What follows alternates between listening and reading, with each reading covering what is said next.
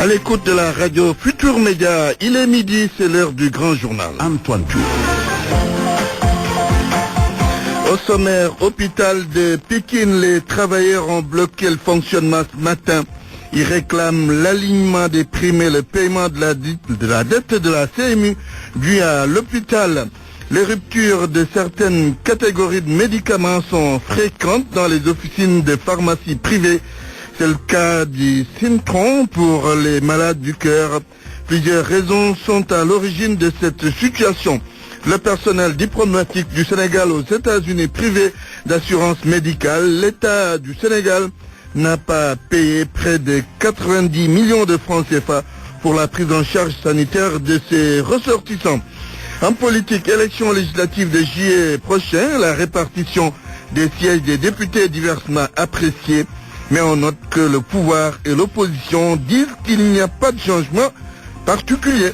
L'actualité internationale, les titres avec vous. Sornana Sambaï, bonjour. Bonjour Antoine Diouf. La Mauritanie à l'écoute du président Mohamed Ould Abdelaziz. Il doit se prononcer sur la situation politique après que le Sénat a rejeté son projet de révision constitutionnelle. Va-t-il faire du forcing ou revoir son texte? Réponse ce soir. Jean-Pierre Bemba a été condamné à 1 an d'emprisonnement. La Cour pénale internationale l'a reconnu coupable de subornation de témoins. L'ancien vice-président congolais avait déjà été condamné à 18 ans de prison à l'issue de son premier procès pour crime de guerre. Malal Junior Diagne, bonjour. Bonjour Antoine. Les titres sport. Basketball, préparation du tournoi de la zone de phase retour. Les Lions au grand complet se sont entraînés ce matin au stadium Marius Ndiaye. Selon les entraîneurs, il va falloir être costaud et prêt physiquement pour relever le défi football. Le Sénégal à l'assaut de l'équipe du Nigeria, c'est en amical. Les Lions jouent demain contre les Super Eagles à Londres. Éliminatoire de la Coupe du Monde 2018, zone Amérique du Sud. On joue la 13e journée ce soir. Le Brésil reçoit l'Uruguay. L'Argentine de Lionel Messi joue contre l'équipe chilienne. À suivre la chronique de Mbaye Sidi Mbaye comme tous les mercredis. Point de vue sur la problématique de l'eau, prétexte la journée mondiale de l'eau célébrée aujourd'hui. Le débat du jour, c'est aux alentours de 12h30.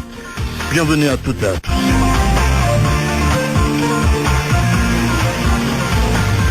Antoine Diouf. Mesdames, Messieurs, bonjour. Pas de service de 10h à 14h à l'hôpital de Pékin. Les travailleurs observent un mouvement d'humeur pour exiger l'alignement des primes et le paiement de la dette due à l'hôpital dans le cadre de la couverture maladie universelle. Estimée cette dette à 700 millions de francs CFA.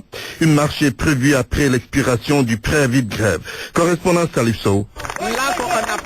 Au président de la République. Dans une colère noire, le personnel de l'hôpital de Pékin décrète les mercredis rouges. Ibrahima Diaw, secrétaire général du SAS au centre hospitalier national de Pékin. Des conditions qui font de l'hôpital rose en haut mais morose à l'intérieur. Depuis lors, nous avons demandé l'évaluation du système des 3 temps et ce système a vieilli l'ensemble du personnel avant l'âge de la retraite. La deuxième chose fondamentale, c'est le paiement discriminatoire des primes de rendement et de motivation. Troisième chose, c'est la prise en charge totale des prestataires. Il y a des retraités qui sont toujours dans l'hôpital et qui entravent le fonctionnement de l'hôpital. Le préavis de grève a été déposé sur la table du directeur. Une marche est d'ailleurs prévue, avertit Abdou Dem, secrétaire général du SUSAS Pékin. On ne peut pas exclure de faire une marche départementale parce que c'est un hôpital de niveau 3. C'est comme principal ou Dantec. Mais une grève, parce qu'à partir du 9, si on n'a pas une satisfaction, on va continuer à lutter. Parce qu'on ne peut pas aussi continuer à rester les bras croisés au moment où l'hôpital est en train de promettre. L'avenir de l'hôpital est hypothéqué. L'agence de la CMU, couverture maladie universelle, doit plus de 700 millions de francs CFA à la structure sanitaire. Je m'appelle Ibrahima Diaw, je suis le secrétaire général sous-section SAS de Pékin. Or, au paiement des factures de la CMU et du plan Sésame, la CMU nous doit des factures de plus de 700 millions, alors que la subvention de l'hôpital est de 300 millions. Contactez le téléphone du directeur de l'hôpital, sonné dans le vide. Salif Sow, Pékin, Radio Futur Média. Les diplomates sénégalais qui vivent aux États-Unis d'Amérique ne bénéficient plus d'assurance maladie. C'est parce que l'État du Sénégal n'a pas payé près de 90 millions de francs CFA pour la prise en charge de son personnel diplomatique qui est aux États-Unis. Donc, cela fait maintenant 6 mois. Suivons les explications de notre correspondant à Washington, Baba Aïdara, que nous allons retrouver dans un instant. Au moment où le débat fait rage entre le Obamacare et le Trumpcare ici aux États-Unis d'Amérique, c'est la diplomatie sénégalaise, elle, qui se retrouve sevrée d'assurance maladie. Les diplomates sénégalais et employés de l'ambassade sénégalaise, de la mission et du consulat n'ont plus droit à une assurance qui au fait a été annulée par Aetna International pour défaut de paiement. L'État du Sénégal doit une bagatelle de plus de 153 000 $, soit un peu moins de 90 millions de francs CFA. Depuis septembre 2016, les diplomates et leurs familles souffrent de cette situation. Ils n'ont plus droit de consulter un médecin à travers Aetna International. Même leurs enfants ne peuvent plus s'adonner à cette routine de consulter les médecins pour leur bien-être. Et cet enfer a débuté depuis septembre 2016. 6 mois maintenant, le pays qui prône la couverture maladie universelle semble oublier ses propres représentants. Babaïdara, Washington, pour la radio Futur Média. Nous avons tenté de recueillir la réaction du ministère des Affaires étrangères, mais pour l'instant, rien du tout. Il est fréquent d'entendre parler de rupture de médicaments dans les officines de pharmacie privées, ce qui porte préjudice aux patients qui souffrent d'une certaine pathologie. Aujourd'hui, l'on parle de l'indisponibilité du Centron 4 mg. Un spécialiste en pharmacie explique les raisons qui sont à l'origine de cette série de pénuries à Wambaye. Les laboratoires fabricants, les regroupeurs, les grossistes répartiteurs et les officines privées, voilà la chaîne pharmaceutique, et chaque segment peut rencontrer un problème qui peut provoquer une rupture dans la distribution du médicament. Le docteur Mohamed Sow, pharmacien et membre de l'ordre des pharmaciens du Sénégal. Au Sénégal, nous importons 90% des médicaments. Nous importons les médicaments. Les grossistes répartiteurs, ce sont les établissements pharmaceutiques qui sont chargés d'importer ces médicaments. Au niveau soit des regroupeurs qui se trouvent au niveau de la France, ou bien directement au niveau des laboratoires pharmaceutiques. Si le produit également est indisponible chez le regroupeur en France, forcément, le grossiste répartiteur ne peut pas avoir le produit, donc la rupture se constate. Ça, c'est au niveau de la logistique. Mais il peut également avoir une rupture beaucoup plus complexe. Là, c'est au niveau du laboratoire fabricant. À ce niveau, il peut y avoir plusieurs raisons. Ça peut être une raison, donc rupture, par exemple, d'une matière première. Il peut également avoir ce qu'on appelle des défauts de qualité mineurs. Le Sénégal importe 90% des médicaments qu'il consomme et le marché africain ne constitue que 2% du marché mondial. Le marché sénégalais, voire même le marché africain, je vais parler du marché africain, ne constitue pas plus de 2% du marché mondial. Donc les laboratoires qui font les produits pharmaceutiques, notre marché n'est pas un marché attractif. Ils n'y gagnent rien. Ce qui fait que des fois également, ils peuvent même des fois abandonner un produit qui est important pour nous, mais pour eux, ne constitue pas un intérêt économique. Le journal. Arrêter la production. Seule solution, installer des unités de production qui puissent assurer à l'Afrique une disponibilité continue de médicaments de qualité.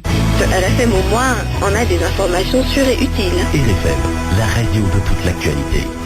12h09 aujourd'hui, 22 mars, journée mondiale de l'eau. Et le Sénégal a enregistré un taux de performance de 87,2% en matière d'accès à l'eau potable. Ce chiffre est avancé par le ministère de l'Hydraulique et de l'Assainissement. D'après le ministre Mansour Faye, le taux d'accès global à l'eau potable en milieu rural s'est amélioré et a atteint 86,6% en 2015 contre 84,1% en 2014. Le ministre ajoute que ces performances ont été atteintes grâce aux nouvelles infrastructures. Aujourd'hui, le Sénégal a atteint la cible eau des OMD, objectif du millénaire pour le développement, avec une forte contribution de 2 phases antérieures des projets financés par l'UEMOA, et puis les financements de la Banque islamique du développement et de l'UEMOA vont permettre des interventions dans les régions de Matam, Tamba, Kédougou et Kolda. Darul Salam, un quartier où règne l'insécurité, c'est dans la commune de Thiès. En plus de cela, Darul Salam a de réels problèmes d'eau.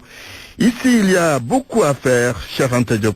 Darul Salam, un quartier niché au cœur de la commune de Thiès-Est. Ici, l'insécurité est grandissante. Les agressions se multiplient de jour en jour. En plus, Trouver de l'eau pour ces femmes relève d'un véritable parcours du combattant. Ndeye Marème Seck, porte-parole des femmes. Nous avons un problème d'eau et nous exploitons les puits pour pouvoir nous alimenter en eau et nous demandons la création d'un poste de police pour sécuriser le quartier. Le quartier est plongé dans le noir depuis plusieurs années. Ce sont les populations elles-mêmes qui se sont déplacées à la direction régionale de la Sénélec de Thiès pour demander le raccordement du quartier au réseau électrique. C'est chose faite maintenant. Mohamed Ley, porte-parole des populations. Remercions les autorités de la Sénélec d'avoir commencé le travail d'électrification du quartier. Bien qu'il reste encore beaucoup de maisons qui n'ont pas encore accès à l'électricité. C'est dans ce cadre que les habitants du quartier de Darussalam se sont mobilisés pour remercier le ministre de l'Énergie Thierno Alassane Sall, tout en exhortant les autorités policières à veiller sur la sécurité des habitants de ce quartier où les dealers et agresseurs dictent leur loi. RFM Thiès, Cheikh Ante Diop. Le ministre de la Pêche au quartier Gokhoumbach de Saint-Louis, Oumar Gueye, s'est déplacé dans ce quartier de la vieille ville pour présenter ses condoléances à la famille du pêcheur Baragay, victime des gardes-côtes mauritaniens. Mais le ministre rappelle que les pêcheurs sénégalais n'ont pas le droit d'aller pêcher dans les eaux territoriales mauritaniennes. Nous allons l'écouter au micro de Mohamed Nabissila. Rappelez-vous les paroles de son Excellence M. Macky Sall. Il avait dit ici, à Saint-Louis, vous pêcheurs de Gendar, vous pêcheurs de Gokhoumbach, votre pays ne vous abandonnera jamais. Instruit M. le Premier ministre de convoquer ce conseil. Donc, suite à cet événement, ce conseil a été reporté à une date ultérieure. Donc, nous avons transmis les condoléances de M. le Président de la République à la famille de Baragay, à toute la communauté des pêcheurs. Ce que nous avons dit hier, avant-hier, nous allons le répéter ici, aujourd'hui. Ça veut dire que les pêcheurs de Gendar ou de Saint-Louis ne doivent pas pêcher dans les eaux mauritaniennes. Il n'y a pas de protocole d'accord à l'heure actuelle entre le Sénégal et la Mauritanie. Il faut qu'ils restent dans leurs eaux territoriales du Sénégal pour pêcher, ou alors dans d'autres zones où nous avons des accords. Mais ce n'est pas le cas pour la Mauritanie. Donc ce que nous leur disons de manière solennelle encore, et nous le répétons, c'est que ces pêcheurs-là ne doivent pas pêcher dans les eaux territoriales mauritaniennes. RFM 94.0, la radio en fiston. Difficile de trouver une plaque d'immatriculation pour les propriétaires de 2 roues au service des mines. On note une forte présence des conducteurs de motos qui se réjouissent de la mesure prise par le gouvernement pour identifier tous les usagers de la route, mais ils se plaignent de l'anarchie qui règne au service des mines. Reportage signé à Dramé Ismaël Kouli. Tout le monde est venu, ils ont appris la nouvelle comme ça, bon voilà, ils sont là, nombreux, et il n'y a pas d'organisation en fait.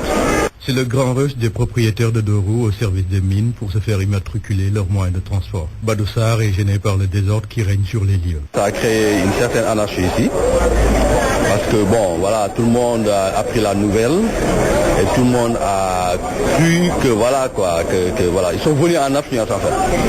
Ils sont venus en affluence, il y a beaucoup de monde, il n'y a pas d'organisation, bon voilà, c'est toute une anarchie quoi, c'est une anarchie autant pour moi. Maïwad, lui, a une moto en sa possession depuis quelque temps. Il se réjouit de la mesure prise par le gouvernement. Il est certes affecté par l'état des lieux, mais il est tout de même heureux. L'initiative est bonne, ça permet au moins d'identifier les propriétés de 2 roues au niveau de la circulation. Comme vous pouvez le constater, il y a beaucoup d'accidents, il y a des choses, il y a les voleurs qui sont sur leur moto, donc le fait qu'il y ait plus des plaques d'immatriculation permet de faciliter l'identification des motos. C'est une bonne chose. Le gouvernement a pris la décision d'immatriculer tous les moyens de transport afin de prévenir certaines situations compromettantes. Ziguinchor ne dispose ni de feux ni de panneaux de signalisation. Conséquence, les accidents sont fréquents dans cette ville du sud. Les automobilistes demandent l'érection de feux de signalisation au niveau de certains axes routiers jugés accidentogènes. Reportage à Ziguinchor, Lamine Ba. À hauteur du rond-point Jean-Paul II, l'un des plus animés de la ville, un groupe de chauffeurs de taxi s'isole à un angle attendant d'être servi par un vendeur de café venu à leur rencontre. Comme tous les jours, ils s'y retrouvent le temps de partager quelques moments de plaisir.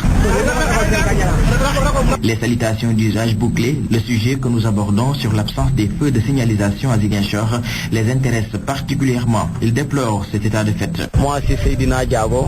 Ça nous pose vraiment de problème parce que partout à Ziguinchor, on ne voit plus de signalisation. Il n'y a plus de tableau de signalisation, ils ne voient même pas. Pour Seydina, il n'y a pas à chercher plus loin la cause de nombreux accidents à Ziguinchor. L'explication est sous le nez. Il y a beaucoup d'accidents et c'est à faute qu'il n'y a pas de feux de signalisation. Pour étayer le propos de son prédécesseur, l'un d'eux, un chauffeur d'un véhicule de l'administration, nous sert un exemple de cas pratique de problème de circulation à Ziguinchor provoqué par l'absence des panneaux de signalisation. Moi je m'appelle Tabadji, je suis conducteur. Même les sens giratoires, il y a un problème de signalisation. Quand il y a accès de véhicules, donc déjà il y a un défaut dans la priorité à droite. Donc on emploie toujours la priorité aux premières à s'engager. Et à Ziguinchor, les gens ne savent pas ça parce qu'il y a un manque de panneaux de signalisation. Les intersections formées par la 54 principales voies qui coupent Ziguinchor en deux et les routes secondaires constituent les endroits les plus accidentogènes selon cet automobiliste à bord de son 4x4. C'est pourquoi il est d'avis que c'est en ces lieux qu'il urge d'ériger des feux de signalisation. Je m'appelle Seydou Mané. La route de 54, il y a un problème de circulation. Bon, c'est difficile quoi à passer, c'est difficile. Lamine Ba, Ziguinchor, Radio Futur Média. L'actualité politique. La répartition des sièges de députés pour les prochaines élections législatives est diversement appréciée, même si le pouvoir et l'opposition conviennent qu'il n'y a aucun changement pour ce qui est des 90 sièges pour le Sénégal. L'opposition suspecte des fraudes pour ce qui est du nombre de députés de la diaspora, là où la majorité part d'une répartition qui ne souffre d'aucun soupçon. Georges Deschediop. Rien à dire du côté de Benno Bokk Yakaar. Les choses n'ont pas changé. La répartition des 90 sièges pour le Sénégal a été reconduite. Benoît Sambou a fait le constat et n'y trouve aucun problème. Le statu quo a été respecté. Je crois qu'aujourd'hui, on a respecté l'ordonnance qui était déjà là, qui était établie. On n'a pas cherché à déséquilibrer les choses et pourrions vraiment, à ce niveau-là, nous satisfaire de la décision prise. Il faut maintenant, peut-être, à l'avenir, prendre en charge l'augmentation de la population pour qu'il y ait une meilleure représentation des populations. Même constat du côté de l'opposition, qui critique cependant le système du scrutin majoritaire. Ndiawar Paye, administrateur de l'UCS et représentant du pôle de l'opposition à la revue technique du code électoral. À ce niveau-là, il n'y a pas de changement. Mais est-ce que cela vous agrée? Pas du tout. Nous sommes contre le système. Donc,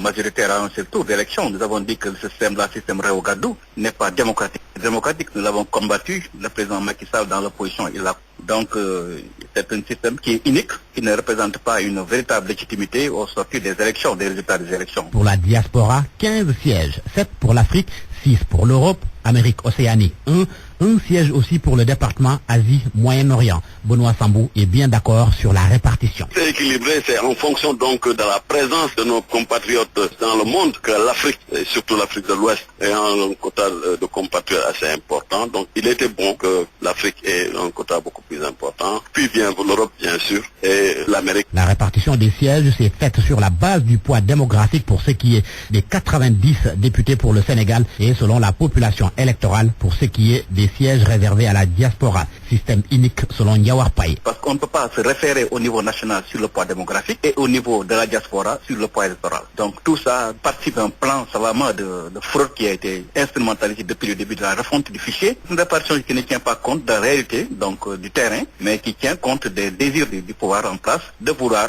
s'accaparer des 15 députés donc de la diaspora. Cette réforme n'obéit qu'à ce niveau-là parce qu'ils pensent qu'il faut avoir les 15 députés d'avance. Il n'y a que cela. Donc nous ne sommes pas d'accord. Les dés étant jetés, l'on attend maintenant la convocation du corps électoral. L'actualité internationale. Rebonjour Sornana Tambaye. Rebonjour Antoine. La Mauritanie, très attendue, le discours du président de la République. Mohamed Ould Abdelaziz va se prononcer sur le projet de réforme constitutionnelle. Une conférence de presse après le rejet du texte par le Sénat.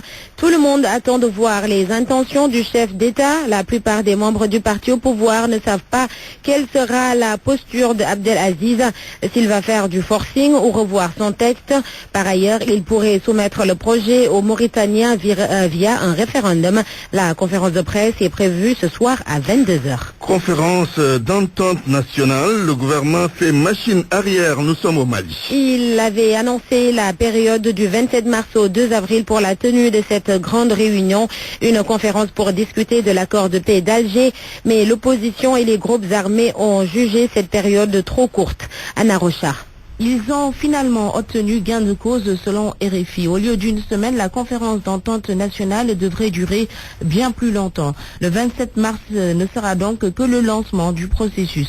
L'un des responsables de la coalition des mouvements de l'Azawad explique que les travaux vont durer au moins 4 semaines parce que toutes les bases doivent être consultées. Sidi Ibrahim Ould Sidati ajoute qu'une seconde date va être fixée pour la clôture et la validation des travaux. À l'image de la CMA et des groupes armés pro-gouvernementaux, l'opposition malienne estime aussi qu'il n'y a pas eu assez de consultations à la base. La préparation de ces assises est insuffisante. La conférence doit regrouper 300 personnes, lesquelles vont discuter sur les causes profondes de la crise au nord et une éventuelle charte pour la paix. D'autres réclament qu'on y intègre un troisième thème, à savoir la gouvernance actuelle dans le nord du Mali. Au Nigeria, une nouvelle attaque vise un camp de déplacés. Il s'agit de 5 explosions, dont 3 en même temps, des attentats suicides.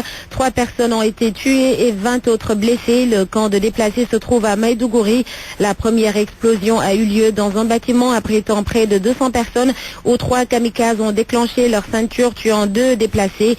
Les assaillants ont frappé à l'aube vers 4h30.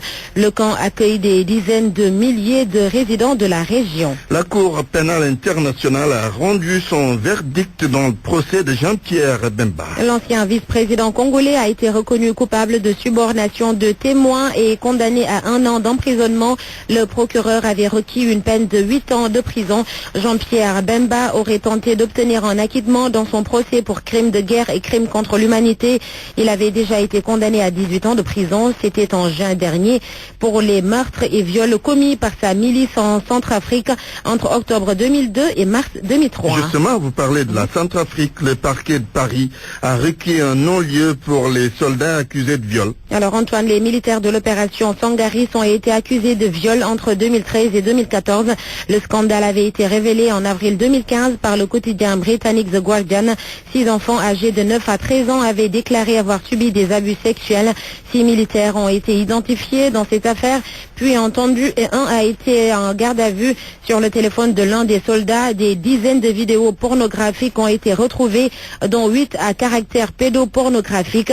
Un nombre de fichiers trop faible pour caractériser un profil de pédophile, d'après une source proche de l'enquête et citée par Le Monde.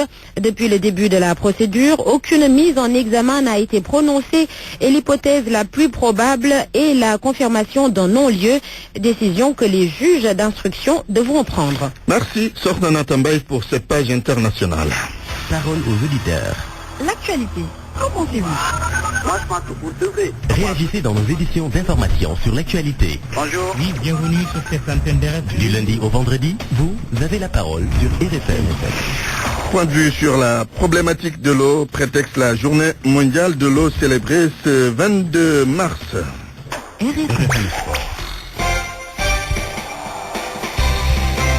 Bienvenue Malal Junior Gagne. Merci Antoine. En ouverture de cette page des sports, le basket, le groupe des Lions prépare le tournoi de Dakar. Ils se sont entraînés ce matin, les Lions du Sénégal, au stadium Marius Ndiaye, pour donc préparer la phase retour du tournoi de la zone 2. Les Lions donc qui ont besoin de 3 victoires pour assurer la qualification à la première place donc de cette zone 2 composée du Sénégal, du Cap-Vert, du Mali et de la Guinée-Conakry. Soda Thiam était ce matin à Marius Ndiaye où elle a suivi l'entraînement de l'équipe nationale du Sénégal. Soda, bonjour. Bonjour Malal Junior. Que peut-on retenir de cet entraînement? Alors, il faut dire que tous les renforts donc, ont rejoint le groupe Malal Junior Diagne après l'arrivée de Maleindo hier et de Han Dalmeda. C'est donc Moïse Diamé et Alcès Badji qui ont donc rejoint le groupe aujourd'hui. Ils se sont entraînés avec le groupe et actuellement donc ils sont au grand complet. Mais pour la liste des 12 qui devront prendre part à cette manche retour du tournoi de la zone 2, il faudra attendre demain, nous a dit donc tout à l'heure le directeur technique Maguette Diop. Mais retenez que le coach Dame Gueye donc a dit qu'il n'y a pas de pression. Ils vont jouer toutes leurs chances donc pour se qualifier, obtenir cette qualification à l'Afrobasket 2017 dès ce tournoi à Dakar. Donc ils feront tout pour avoir 3 victoires, battre la Guinée, leur premier adversaire, avant donc de battre le Mali et aussi le Cap-Vert. Et aussi sur ça aussi, on a eu à s'approcher un peu de Han Dalmeda qui a dit aussi qu'il est temps pour se mobiliser, faire une union au sein de cette équipe pour pouvoir obtenir la qualification. Solacham, faire une union au sein de cette équipe nationale, mais également union autour de l'équipe nationale. Cela veut tout dire. Les propos de Khan Dalmeda, meneur des Lions, en disent long sur le malaise qui règne dans cette équipe nationale après donc la débâcle face à l'équipe malienne.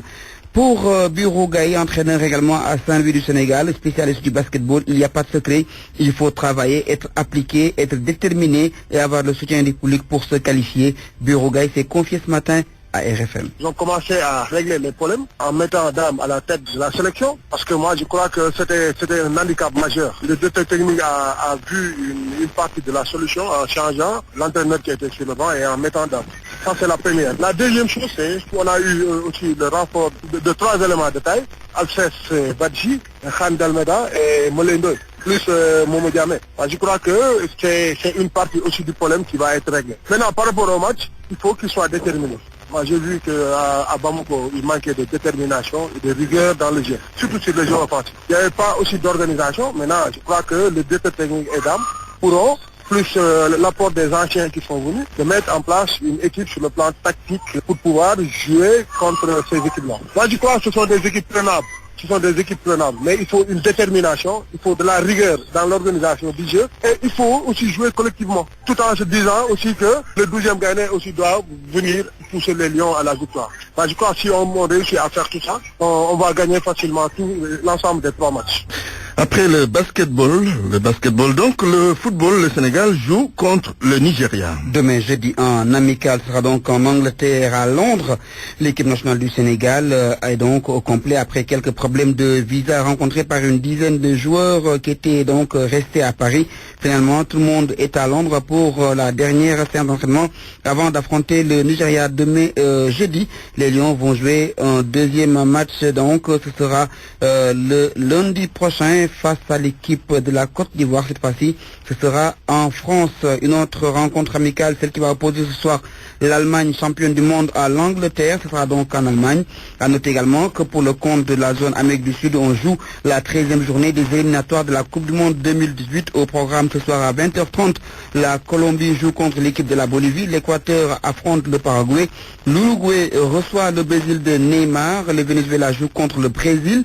L'Uruguay joue contre le Brésil et l'Argentine joue contre l'équipe chilienne qui est championne de la zone après la Copa América. Merci Malal Junior Diagne. RFM, la chronique du jour. La chronique du jour signée Mbaye Sidi Mbaye. Al Maktoum, l'intelligent, nous a conseillé de mettre fin aux querelles et invectives, sinon, annonce-t-il, le chaos. Testament plutôt angoissant que cette alerte rouge du défunt calife de la Tidjaniya du Sénégal. Du reste, il me semble avoir entendu lui-même prévenir et inviter les Sénégalais, transmis par le nouveau calife Serigne Abdoulaziz, mérite considération. D'abord, les 2 frères offrent toutes les garanties de crédibilité morale et spirituelle. Leur âge respectif, titillant un siècle de vie, leur confère une intuition qui corrobore notre sentiment général.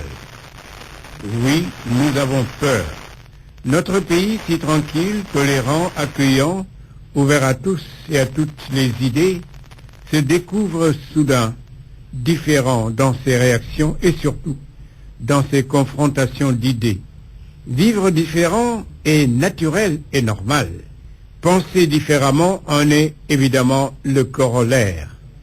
Cela, nous l'avons vécu dans notre histoire, comme l'a rappelé Serigne Abdoulaziz, à Lamine, depuis Blaise Diagne, Ngalandou Diouf, Lamine Gueye.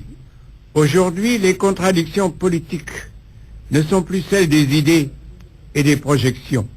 Même si elles restent, je l'espère, des visions de gouvernance, elles ont plus l'air de diviser que de rassembler. Le consensus est devenu rarissime. Chacun pense avoir raison et personne ne veut entendre raison. Alors s'installent les batailles de puissance. La puissance financière dans ce jeu de massacre devient dominante, donneuse d'ordre pour la victoire, qu'importe le prix. On entre ainsi, sans le savoir vraiment, dans le processus de violence dont l'aboutissement est le chaos, dont prévenait Cheikh Ahmed Tidiane Sy, relayé par son successeur. Oui, nous avons peur que les ambitions d'une infime minorité, dans l'infime segment de notre société, trouvent normal de nous imposer le chaos. Si nous pouvons nous targuer aujourd'hui d'être un pays intact dans ses frontières, à l'intérieur comme à l'extérieur, dans son choix fondamental républicain et démocratique, c'est parce que nous n'avons cessé de cultiver la paix. Devons-nous, pour préserver cela, organiser une énorme marche blanche, pourtant symptôme d'une société en crise? Oui, notre société est en crise et nous avons peur. À mercredi prochain. RFM, la presse du jour. Presse du jour, Georges de Tchediop. Un œil sur l'Assemblée nationale avec la répartition des sièges aux prochaines législatives. Répartition maintenant connue. L'Observateur en parle à sa page 4.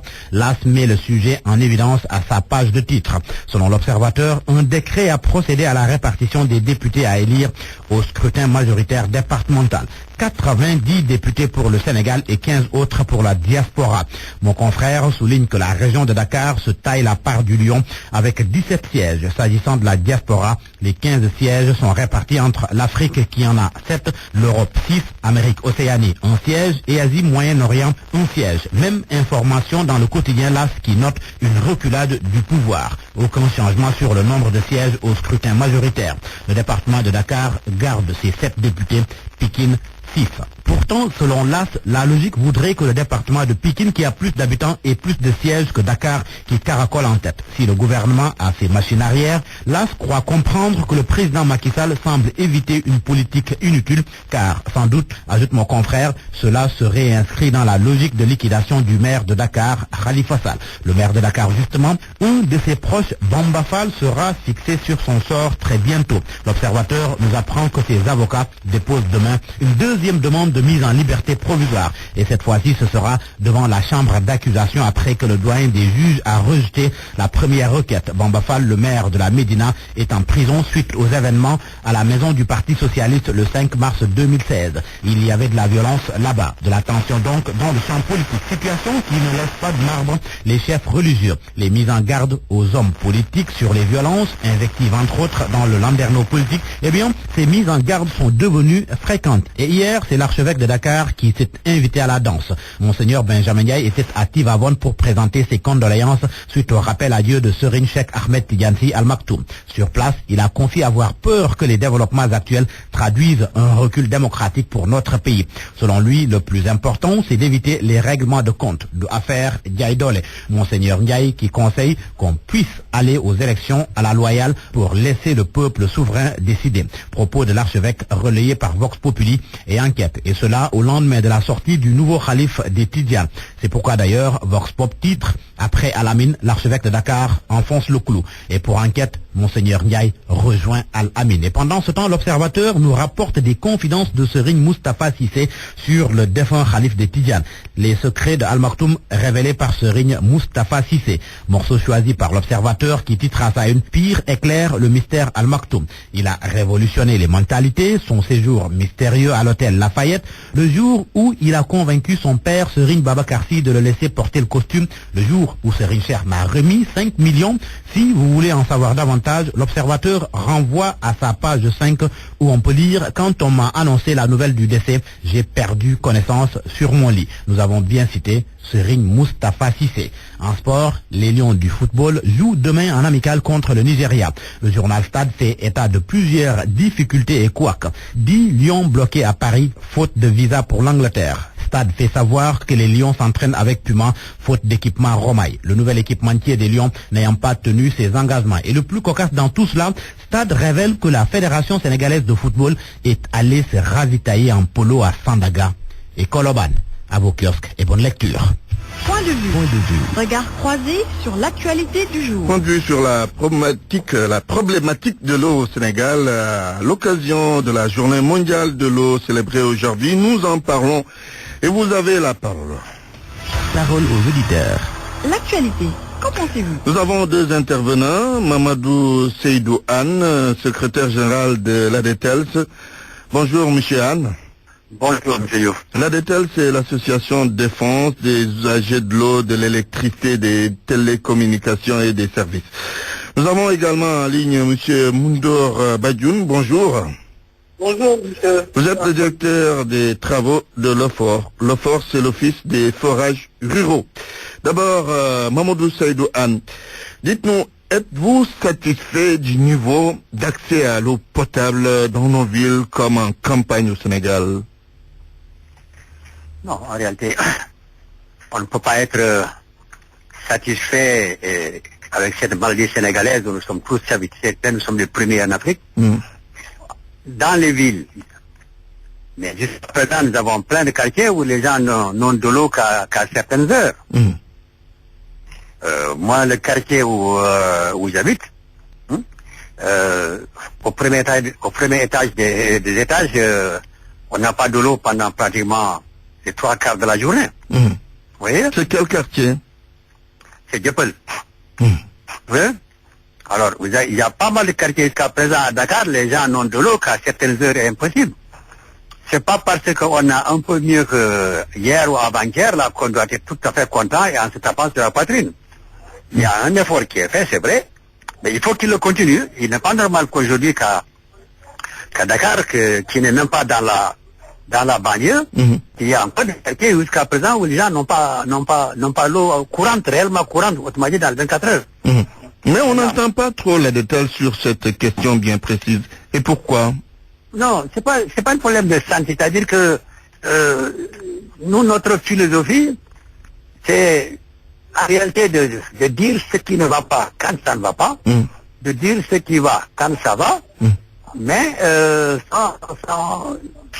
nous reconnaissons l'effort qu'ont fait les autorités. Mais nous leur disons que c'est insuffisant actuellement à Dakar. Insuffisant à Dakar. Je parle des autres villes. Oui. Bon, la campagne maintenant, nous avons tous des parents à la campagne. On sait à peu près. Justement, quelle est la situation en campagne? Est-ce que elle s'est améliorée ou bien elle est nettement meilleure que ce qu'on a connu quand même dans le passé? Elle est meilleure quand dans une communauté rurale complète où auparavant on avait, supposons, 1 ou 2 forages, maintenant qu'on en est 3, 4. Bon, mais là aussi, il y a pas mal d'endroits, il faut faire quand même pas mal de kilomètres pour y arriver. L'autre côté maintenant, c'est la fameuse qualité de l'eau. Oui. Oui, question que nous allons aborder tout à l'heure. En attendant, on va se limiter à la question de l'accès. Alors, on revient à vous tout à l'heure sur cette question. Vous gardez la ligne. Alors, monsieur Badioun, dites-nous, le problème de l'accès à l'eau dans la zone rurale, qu'est-ce qui est en train d'être fait par l'OFOR pour satisfaire la demande? Merci, M. Antoine Diouf.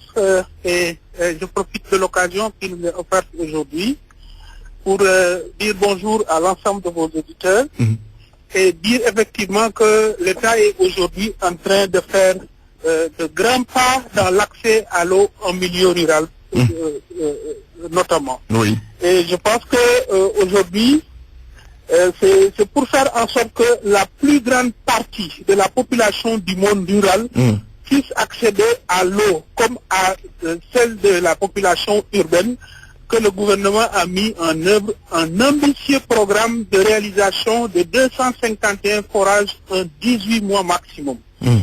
Et ça, ce programme va être déroulé sur l'ensemble du territoire national.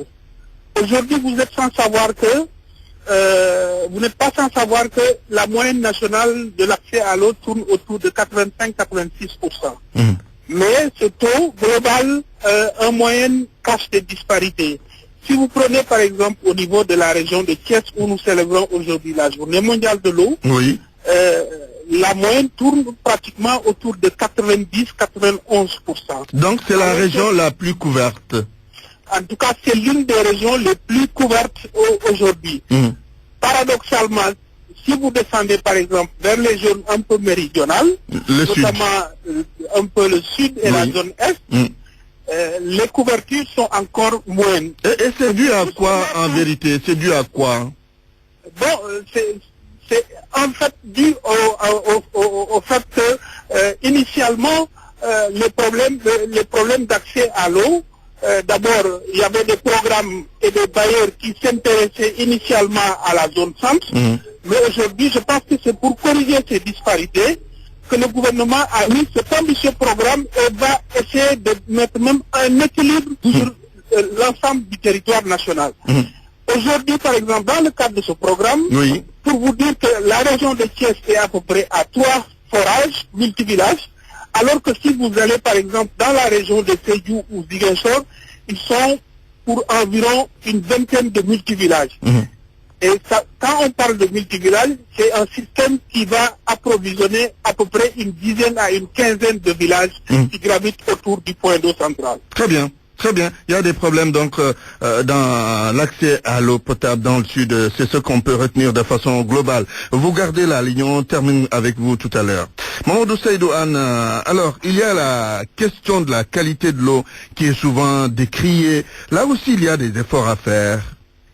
Est-ce que je peux dire un mot sur l'intervention? Bien sûr, allez-y. Oui. Nous sommes en train, encore comme d'habitude au Sénégal, de passer à côté d'une réforme fondamentale. Laquelle?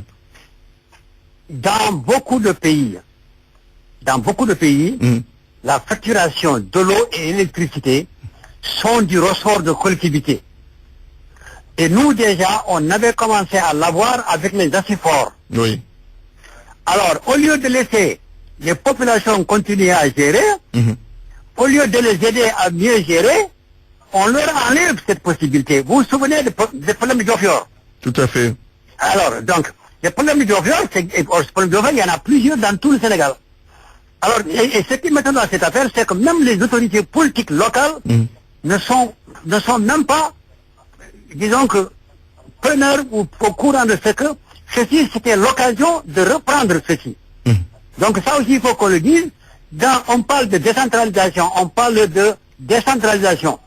Mais décentralisation veut dire que donner ici les populations, dans beaucoup d'endroits au Sénégal, grâce aux assiforts, ils faisaient la gestion de leur forage.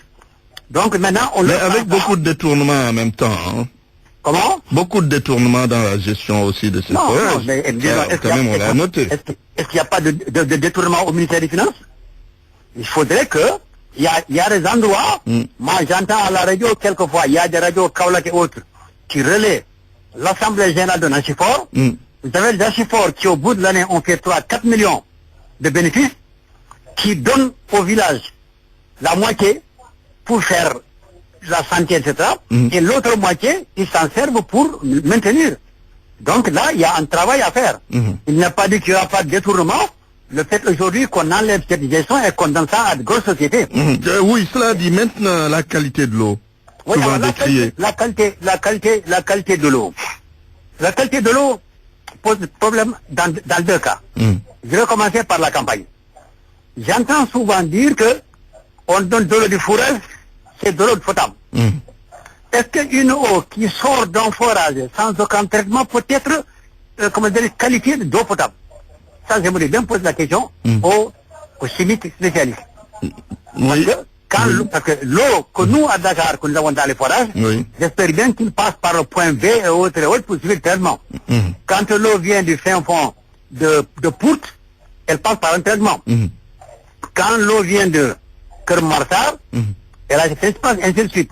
Est-ce que les centaines de forages qu'on met à travers le Sénégal, est-ce que l'eau, en sortant du forage, c'est de la qualité? Le directeur des travaux de l'OFOR pourra nous dire. Hein? Oui, d'accord. Bon. Le deuxième élément maintenant, c'est au niveau de Dakar.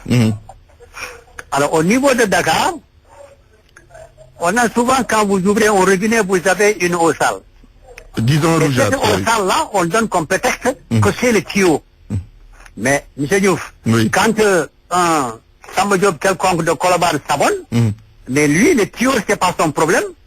L'usine qui a le forage, c'est pas son problème. Mais son problème, c'est qu'il est de la bonne eau dans son... Une eau de qualité, quoi. Donc, normalement, on ne comprend pas pourquoi disons, SDE, avec tout le gros problème qui est SDE, qui est SONEF, pourquoi ces gens-là n'entretiennent pas leur tuyau. Et qui fait que... Et pourtant, la SDE a toujours dit que cette eau est de bonne qualité. Peut-être c'est la couleur qui dérange. Hein. Non, mais, monsieur Guy, vous savez la couleur. S'il y a une couleur, c'est qu'elle n'est pas bonne. Très bien. Mais vous avez pris un abonnement de l'eau. D'ailleurs, il me connaissait bien, il savent très bien comment je dis que je suis abonné à l'eau et non pas à la boue. Très bien. Très bien. Merci. Donc là, il y a beaucoup à améliorer. Beaucoup à améliorer. Il ne faudrait pas qu'on se mette à dormir sur le laurier. Nous sommes les premiers ceci, premiers cela, mais nous étions combien à la veille de l'indépendance quand les autres pays n'avaient pas quoi que ce soit. Très bien, merci Mamadou Seydou Anne, secrétaire général de l'ADETEL. Alors, Moundor Badjoun, on termine avec vous. Première question, vous avez écouté peut-être les interpellations ou les questions posées par Monsieur Anne concernant la qualité de l'eau qui sort des forages. Cette eau est-elle potable? Pour répondre à sa question. Je vais d'abord revenir un peu sur le cas des aziphores. Je pense que les aziphores ont été mis en place pour gérer des situations qui, à un moment donné, étaient quand même la situation la plus opportune. Parce qu'avec l'accroissement des forages qui étaient créés, tout à fait au début, c'est l'État qui prenait en charge l'ensemble des forages qui fonctionnaient. Ça, c'était tout à fait au début des années de l'indépendance. Oui. Et dans les années 80, quand le nombre de forages a augmenté, les charges de fonctionnement des forages ne pouvaient plus être gérées par l'État. Oui. Et c'est en ce moment qu'on a fait intervenir l'association des usagers de forages qui prenait en charge le fonctionnement, mais également il leur revenait le renouvellement des équipements de pompage, notamment le renouvellement des pompes et des groupes électrogènes ou des moteurs. Malheureusement, force est de constater qu'avec l'accroissement des forages, le renouvellement des équipements d'exode sont toujours et jusqu'à aujourd'hui où je vous parle à 90% renouvelés par les moyens de l'État encore. Et si aujourd'hui l'État doit continuer à renouveler les équipements pour les populations et ensuite continuer à chercher des moyens additionnels pour amener l'eau où il n'y en a pas encore, parce que il faut reconnaître encore qu'il y a des zones où il n'y a pas encore de point d'eau courante. Et l'État est tenu de le faire parce qu'ils sont aussi sénégalais que nous tous qui avons accès à une eau courante. Très bien. Et pour terminer, parce que rattrapé par le temps, la qualité de l'eau qui sort des forages. Et je pense que c'est justement pour prendre en compte ce facteur de qualité. Et même dans le cadre de ce programme. D'abord, quand on fait le forage, on fait une analyse de l'eau, une analyse chimique de l'eau. Et l'eau sortie de forage, est potable. 80% est potable. Très bien. Mais cela n'exclut pas qu'on adjoigne un système de coloration pour tuer éventuellement des bactéries dans le système de stockage. Très bien. Et le programme dont je vous parlais tout à l'heure, sur l'ensemble des systèmes qui seront réalisés dans le cadre de ce programme, il doit avoir effectivement des systèmes de coloration pour prendre en compte. Très bien, merci. Merci. Monsieur Moundor Badjoun, directeur des travaux de l'OFOR, Office des forages ruraux. C'est fini pour Point de Vue. Et quelques infos météo avant de vous quitter. Un ciel ensoleillé sera admis sur l'ensemble du territoire, hormis dans la zone sud où des bandes nuageuses défileront au cours des prochaines 24 heures. Des températures clémentes seront notées sur le littoral et la zone nord du pays. Par contre, sur les régions centre, sud et est, une forte sensation de chaleur persistera avec des températures journalières qui vont atteindre des pics de 40 à 42 degrés. Le rappel des titres à présent. Hôpital de Pikine, les travailleurs ont bloqué le fonctionnement ce matin. Ils réclament l'alignement des primes et le paiement de la dette due à l'hôpital dans le cadre de la CENI. Les ruptures de certaines catégories de médicaments sont fréquentes dans les officines de pharmacie privées. C'est le cas du Centron pour les malades du cœur. Plusieurs raisons sont à l'origine de cette situation. Et puis, élection législative de juillet prochain, la répartition des sièges des députés diversement appréciée par la majorité et l'opposition. Journal présenté par Antoine Diouf à la technique, Abdoulaye Djidi Diop. Réalisation Babacar Fall à la régie Pape Mardiawa, 13h, El Hadj Hassan Gueye pour la grande édition en Wolof.